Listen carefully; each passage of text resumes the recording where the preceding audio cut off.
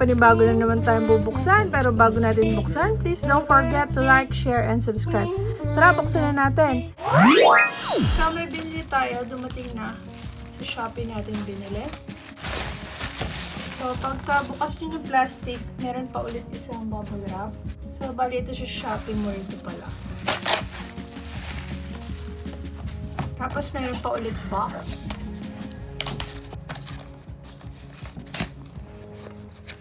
Tadaan! Wow! So, meron tayong biniling Kodak na 64GB na micro SDXC UHS U3 V30A1 memory card ultra performance. Yan, makikita nyo naman sila dito. So, A1 siya. So, ito 4K Ultra HD. Tapos, ito yung kanya SD card. Tapos, may libre rin siyang adapter. Tapos, dito nakalagay kung saan nyo pwedeng gamitin. Meron siyang warranty, 3-year warranty nakalagay dito. Production date. So, bali hanggang 3 years nitong production date, 2026, May 7. So, Kodak yung binili natin. So, bali yan ay nabili natin sa JG Superstore Pro sa Shopee Mall. Ayan siya. Kodak 64GB. Meron din siyang 32GB. So, ang bili natin dyan ay 712 pesos. Medyo mura kasi siya kumpara dun sa isa na mas kilalang brand. So, try natin to. Ilalagay natin to sa CCTV. So, i-open pala muna natin, no? Para makita natin yung pinakaloob.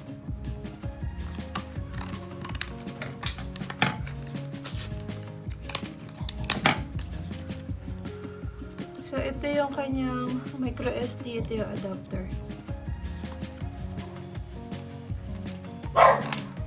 So, ito siya. Adapter niya. Pasok natin siya sa adapter. Pero hindi ko alam, meron pa bang gumagamit ng ganito? Siguro sa mga laptop, ano? So, para ipasok to dito, same lang ba? Yan, same lang nung position niya. Yan, pag ganito. Yan. Lagay ko muna dito kasi baka mawala ako. So, share ko na yung link sa description box para kung gusto nyo rin bumili, hindi na kayo mahirapan maghanap. Or dito sa YouTube link, makikita nyo yan lumalabas dito. So, yun lang. Thank you. Bye-bye! Bye!